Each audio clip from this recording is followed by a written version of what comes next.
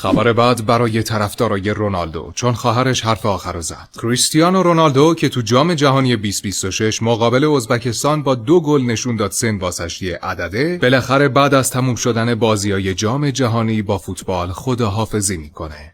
اونم برای همیشه. همه میگفتن احتمالاً این آخرین بازیای این ستاره فوتباله، ولی رسما خواهرش تایید کرد. رونالدو تنها بازیکن فوتبال جهانه که تونسته تو 6 جام جهانی گل بزنه، بعد 230 تا بازی ملی تو کارنامه خودش ثبت بکنه. کسی که مادرش میخواست سختش کنه، اما پزشکا میگفتن بدنش مقاومت نشون میده و میخواد زندگی کنه. وقتی به دنیا اومد با فقر سختی دست و پنجه نرم کرد و از دخترایی که دوستشون داشت جدا شد، چون شرطش این بود که مادرش هم باید باهاش زندگی کنه. این اسطوره نه تنها توی فوتبال بلکه توی اخلاقم کاپو برده. از بغل کردن دختر معلول ایرانی تا کمک هزینه عمل جراحی هزاران کودک و ارسال 2 تا هواپیما غذا و دارو به زلزله زدگان ونزوئلا از کارنامه اخلاقی این بشره. اونایی که هم بازی و هم اخلاقش رو تحسین میکنن، لایک کنن و توی کامنت ها به افتخارش 2 تا قلب قرمز بذارن. با تکس کلاب همراه باشید.